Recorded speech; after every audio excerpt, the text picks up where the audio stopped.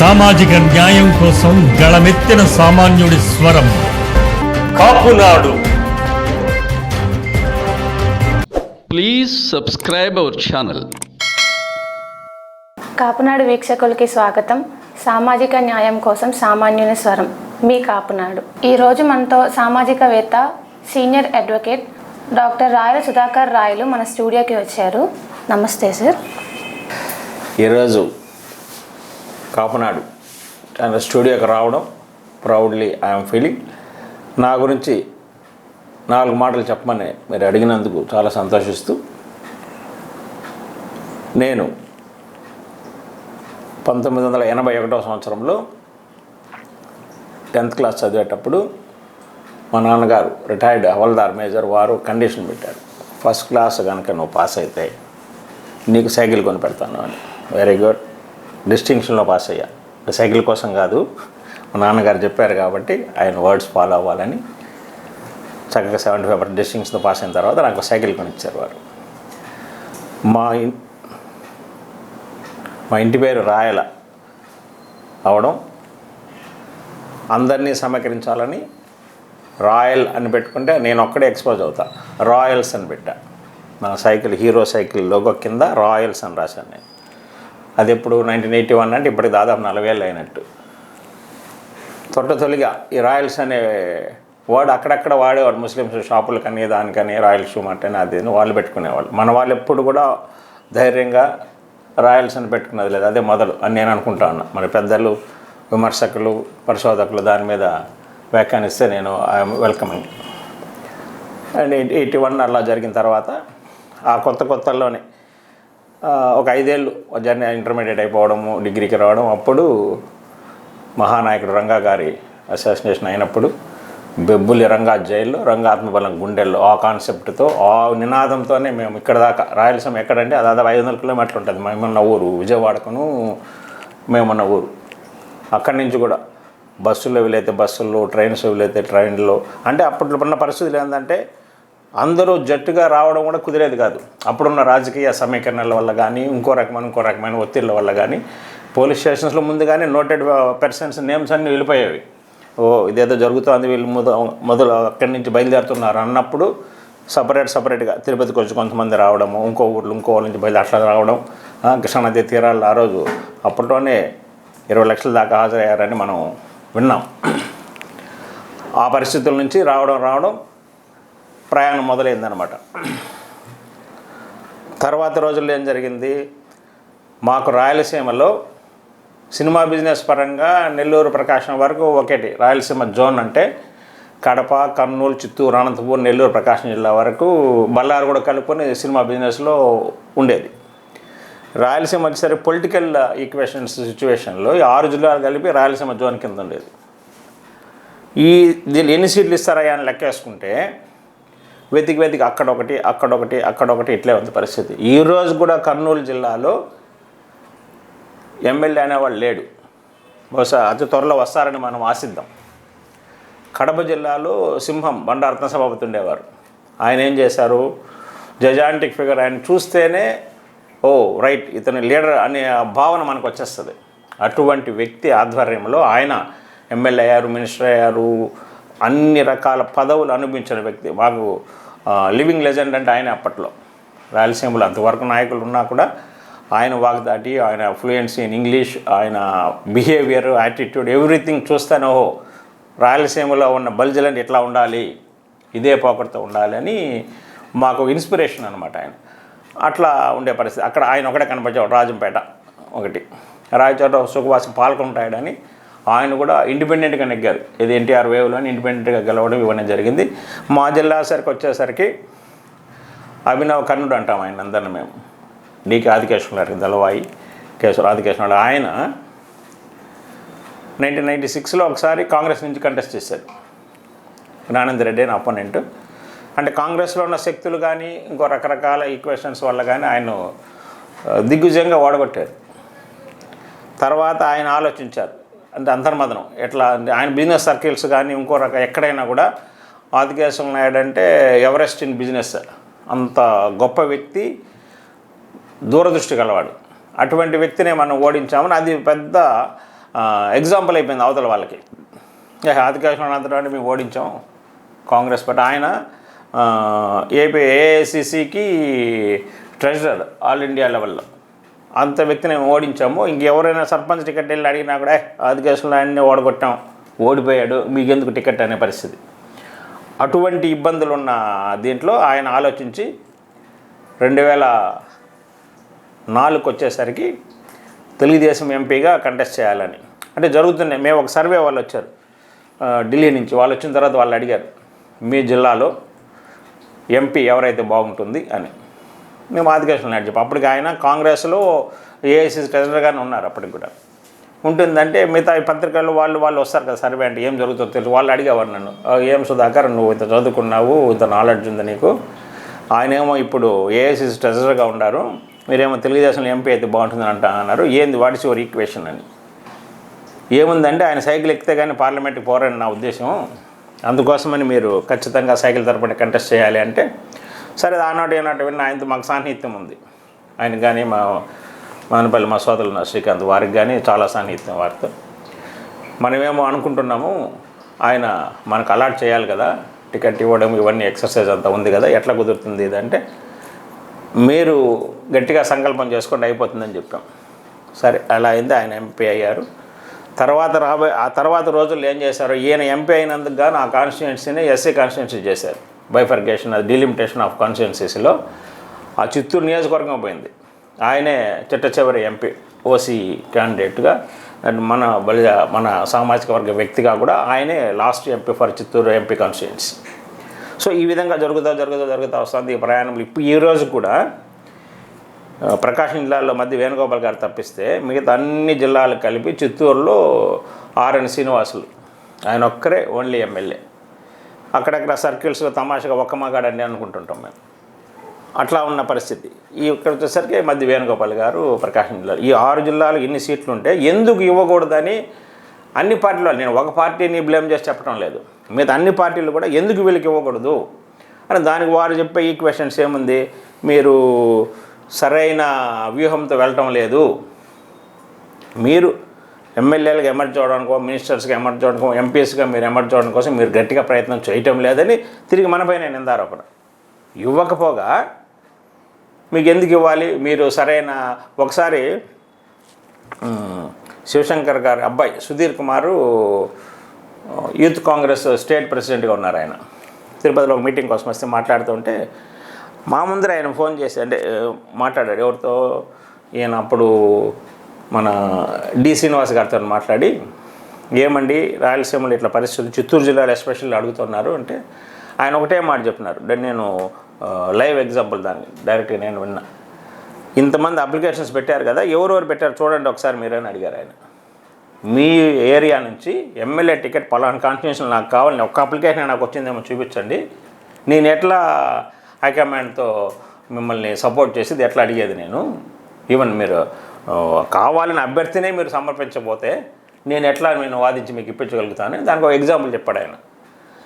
శివాలయంలో బాగా పూజ చేస్తున్న పూజారి, నాకు ఒక్కసారి కూడా లాటరీ టికెట్ తగలలేదు, నేను రోజు పూజ చేస్తున్నాను స్వామికి, ప్రతిరోజు నేను పూజ పొద్దున చేస్తాను, సాయంకాలం చేస్తాను, మళ్ళీ మధ్యాహ్నం కూడా ఇన్నిసార్లు పూజ చేస్తాను, ఒక్కసారి కూడా నాకు లాటరీ శివుడు తగిలేట్టు చేయలేదంటే, అప్పుడు వేరే అంటే ఆయన శివుడే చెప్పాడట, లాటరీ టికెట్ కొంటే కదా నేను తగిలేట్టు చేయడానికి, నేను ఆయన టికెట్ కొనకుండానే నాకు లాటరీ తగిలేదు అట్లా రాజకీయాల్లో కూడా రెడ్ కార్పెట్ వెల్కమ్ ఎవ్వరూ చెప్పరండి. మనము సమీకరణలు మనం ఫాలో అయ్యి నేను అదే చాలాసార్లు చెప్తా ఉంటా, మీరు ఏ పార్టీలో అయినా ఉండండి, మీ నాయకత్వాన్ని బలపరుచుకునే దానికే ప్రయత్నం చేయండి. మనం గల్లీలో గెలకుండా ఢిల్లీ గురించి మాట్లాడతాం. ఓకే సార్, మరి ఇన్ని చెప్తున్నారు కదా, మరి రాజకీయంగా మీరు ఏమైనా ప్రయత్నం చేశారా? చాలా మంచి ప్రశ్న ఇది. నేను ఎంఏ పొలిటికల్ సైన్స్ నా సబ్జెక్టు. నేను అందరికీ మా ఫ్రెండ్స్తో కూడా చెప్తుంటా, సీనియర్ విశ్లేషక పత్రికలు కూడా చెప్తా ఉంటారు, రాయల్ సుధాకర్ రాజకీయాలు చదివాడు, చూశాడు, చేశాడు అని. చదివాను అనేది నా certificates, I can show my certificates. చేశాడు అనడానికి కారణము, నేను ఎవరితో అయితే ఫ్రెండ్షిప్ చేశానో, ఎప్పుడు నా జర్నీ చేశానో వాటన్నిటి చూస్తుంటే, ఈవెన్ మా బార్ అసోసియేషన్ ఎలక్షన్లో కూడా నేను కమ్యూనిటీ కోసమే పనిచేశాను. అక్కడ నేను అంటే మేము అనుకున్న ప్రతిసారి మేము బార్ అసోసియేషన్ ఎన్నికలలో మన కుల వ్యక్తినే మనం గెలిపించుకున్నాం. అదేవిధంగా కాలేజీలో ఉన్నప్పుడు డేస్లో కూడా ఇంటర్మీడియట్ చదివేటప్పుడు కూడా 82 నుంచి ఇంటర్మీడియట్ అనుకుంటే కూడా అప్పుడు కూడా మా రాయలసీమలో ఎట్లా ఉంటుందంటే పరిస్థితి, పెద్దవాళ్ళు ఉంటారు కదా, తండ్రులు కానీ తల్లిదండ్రులు కానీ వాళ్ళ తాతలు ముత్తాతలు కూడా కాలేజీకి వెళ్ళడం అంటే ఓన్లీ ఫర్ ఎడ్యుకేషనే. వేరే కల్చరల్ యాక్టివిటీస్ పార్టిసిపేట్ చేయడం కానీ, పాలిటిక్స్ గురించి మాట్లాడడం కానీ, కాలేజ్ ఎలక్షన్ నించోవడం అంటే కూడా మా వాళ్ళకి తగని భయం. మన చదువు పాడైపోతుంది, జీవితం ఉద్యోగం అంటే 3,000 రూపాయల నుంచి 15,000 రూపాయలు ఉద్యోగం వస్తే చాలు అనమాట. అట్లా ఉంటుంది. అంటే పెద్దవాళ్ళ మైండ్ సెట్ అట్లా ఉంటుంది. ఎందుకంటే గొడవలు అని అవతల వాళ్ళు మీ పైన కక్ష పెంచుకుంటారు, అనవసరమైన దాడులు, అనగదొక్కబడి ఇవన్నీ వస్తాయి కాబట్టి వద్దని ఆ మూడ్లో ఉంటారు. అట్లా ఉన్న పరిస్థితుల్లో మీరు అన్నారు కదా ఇందాక రాజకీయాలు చేశారు, చూశారు, చదివారని. 2006లో మా సొంతూరు పీలేరు, అక్కడ లోకల్ బాడీ ఎలక్షన్ కోసం ప్లాన్ చేసాం. అంటే ఎంపీపీ, జడ్పీటీ, సర్పంచ్లు ఉంటాయి కదా, ఇవన్నీ మన వాళ్ళకి చేయించుకోవాలని 2 మీటింగ్స్ పెట్టాం. విడ్ బీన్ 1 మంత్ గ్యాప్లో 1 మంత్లో 20 డేస్ ఒకటి, తర్వాత 20 డేస్ మీటింగ్ పెట్టి ఫస్ట్ మీటింగ్ పెట్టిన రోజు 150 మంది వచ్చారు. కళ్యాణం సీతారాం కళ్యాణం అందులో పెట్టాం, 150 మంది వచ్చారు. సరే అప్పుడు అజెండా ఏంటంటే ఎమ్మెల్యే ఎంపీకి టైం ఆల్రెడీ మనకు ఆదికేశ్ నాయుడు గారు ఎంపీగా ఉన్నారు, లోకల్ బాడీ అయినా కూడా మనం చేసుకోవాలి కదా, గల్లీలో మనం స్ట్రాంగ్గా లేకపోతే ఢిల్లీ లెవెల్లో మనం మాట్లాడలేము కదా అని ఆ ఆలోచనతో ఫస్ట్ మీటింగ్ పెడితేనే 150 మంది వచ్చారు. సెకండ్ మీటింగ్ 200 మెంబర్స్ వచ్చారు. సరే ఆ తర్వాత రిజర్వేషన్స్ వచ్చినాయి, స్థానిక ఎన్నికల రిజర్వేషన్స్ వస్తే ఆల్మోస్ట్ అన్ని సీట్లు ఉమెన్ రిజర్వేషనే, సర్పంచ్ కానీ, ఎంపీపీ కానీ, జడ్పీటీసీ కానీ వచ్చిన తర్వాత సరే మన వాళ్ళకి ఆ 2 మీటింగ్స్లో చెప్పాం గట్టిగా మనం లోకల్ బాడీ మనం సపోర్ట్ చేసుకోవాలి, చేయాలంటే సరే అన్నీ వచ్చిన తర్వాత ఆ రిజర్వేషన్ చూసిన తర్వాత వీళ్ళు ఏం చెప్పారు, అన్నీ మహిళలకు వచ్చేసినాయి బాబు, మనం కంటెస్ట్ చేసే కష్టము, అంత ఫోకస్గా మాట్లాడే వాళ్ళు కానీ, తెగువగా తిరిగే వాళ్ళు కానీ చేయడం కానీ లేదు. మీ ఆవిడ చదువుకో, నా వైఫ్ అప్పటికే ఎంఏ అయిపోయింది, బీఎడ్ అయిపోయింది, డిప్లొమా ఇన్ యోగా అవన్నీ చేసి ఆ కోర్సులు చేసి యోగా టీచర్గా ఉన్నారు ఆమె. సరే ఆమెను నిలబెట్టాలనుకున్నాం. రైట్, ఈ మన 2 మీటింగ్స్ జరిగాయి. నెక్స్ట్ మళ్ళీ 3 మీటింగ్ జరిగాయి. ఈ లోపల ఎలక్షన్ షెడ్యూల్ వచ్చింది, జరపడానికి లేదు 3వ మీటింగ్, అంటే మన కమ్యూనిటీ మీటింగ్ జరపడానికి లేదు, పోలీస్ డిస్టర్బెన్స్ కదా, అందుకోసమని అప్పుడు ఈ మా ఆవిడ నిలబెట్టాం మేము. కరెక్ట్గా మీరు నమ్మతారు వారం రోజుల ఎలక్షన్ జడ్పీటీసీ ఫస్ట్ మన జిల్లాలో మన కమ్యూనిటీ తరఫున జడ్పీటీసీగా ఫస్ట్ నిలబడింది ఈమె. సరే అన్ని పార్టీలు అంటే రూలింగ్ పార్టీ వాళ్ళు కదా, వాళ్ళు చేసే ఎత్తుగడన్నీ మీకు తెలిసి ఉంటాయి, జరుగుతూ ఉన్నాయి. నేను ఒకరోజు ముందు రోజు అంటే ఎలక్షన్ క్యాన్వాసింగ్ లాస్ట్ క్యాన్వాసింగ్ అయిపోతుంది, ఆ మరుసటి రోజు కాబట్టి ఆ తర్వాత పోలింగ్. ఈ ఆ మధ్యలో రోజులో మనము క్యాన్వాస్ చేయకూడదు. అప్పుడు ఆంధ్రజ్యోతి పేపర్లో ఒక పెయిడ్ ఆర్టికల్ ఒకటి రాయించాను నేను, లక్ష్మిని వరించిన విజయలక్ష్మి అని. పోలింగే మరుసటి రోజు, కానీ ఇవాళ పేపర్లో అది వచ్చింది. అది చూసి అందరికి ఆశ్చర్యం, అది ఎట్లా చేస్తారు, ఎలక్షన్ నామ్స్ ప్రకారం ఇట్లా చేయకూడదు కదా, ముందే బిఫోర్ పోలింగ్ ఎట్లా మీరు నిర్ణయం ఎట్లా తీసుకుంటారని. అది యాక్చువల్గా యాడ్, అది ఎక్కడ కింద లాస్ట్లో పెడతాం పెయిడ్ ఆర్టికల్ అని. అట్లా పెట్టడం వల్ల 5 to 10% ఆఫ్ ఓటర్స్ ఆలోచించారు, వెరీ గుడ్, ఇది అంటే ఎడ్జ్ ఎట్లుందని ఒక ఇది. ఇప్పుడంటే సర్వేలు సోషల్ మీడియా అవన్నీ అప్పుడు లేవు కదా, 2006లో చెప్పేది నేను. అట్లా ఉన్న పరిస్థితిలో ఆ ఎలక్షన్ మనం విన్ అవ్వడం జరిగింది. జడ్పీటీసీ, సర్పంచ్, ఎంపీపీ అన్నీ కూడా తెలుగుదేశం వచ్చినాయి.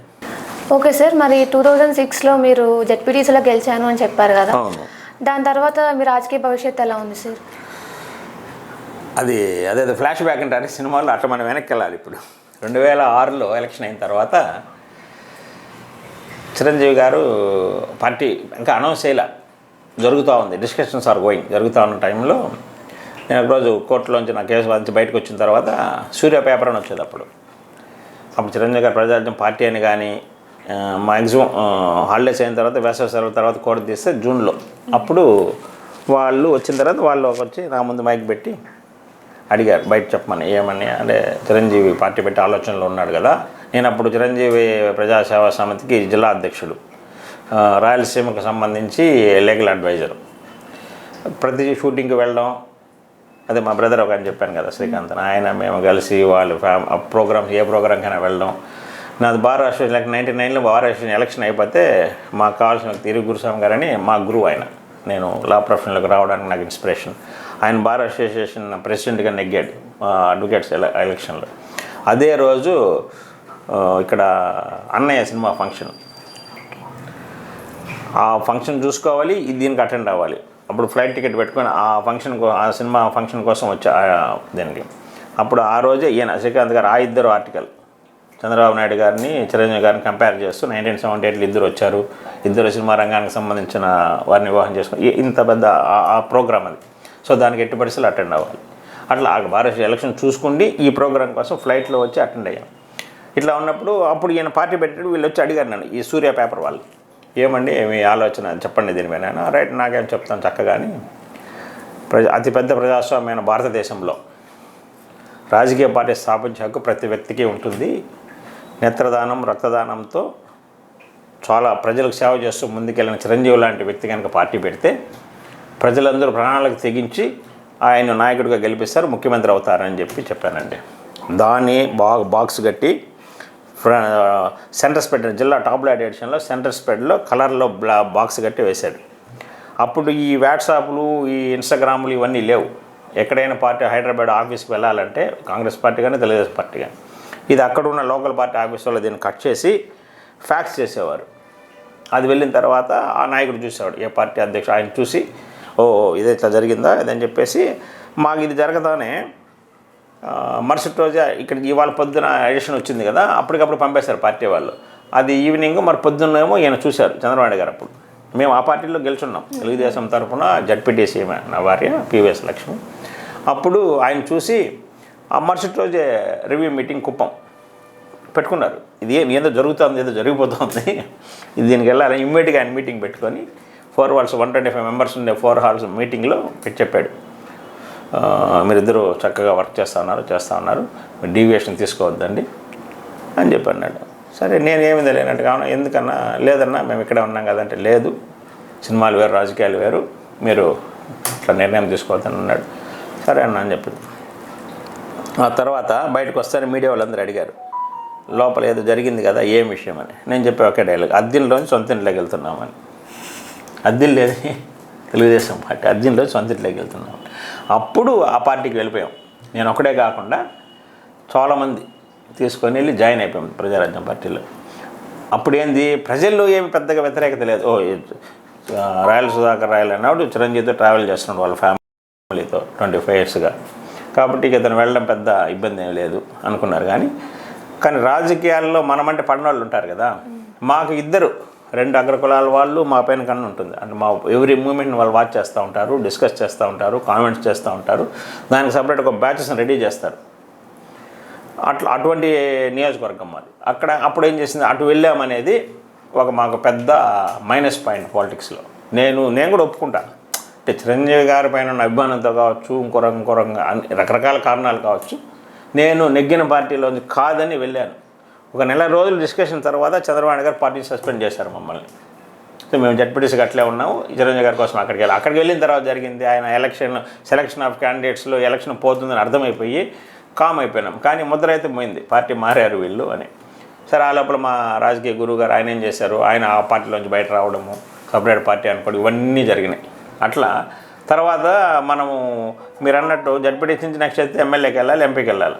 ఈ డిస్టర్బెన్స్ వల్ల అంటే ఇక్కడ కూడా కులం కోసమే నేను రాజకీయ ప్రయాణానికి మంచి బ్రేక్ పడింది. జడ్పీటీసీగా నెగ్గడం కులం వల్లనే, చిరంజీవి గారు పార్టీ పెడితే అటు వెళ్ళడం కులం వల్లనే.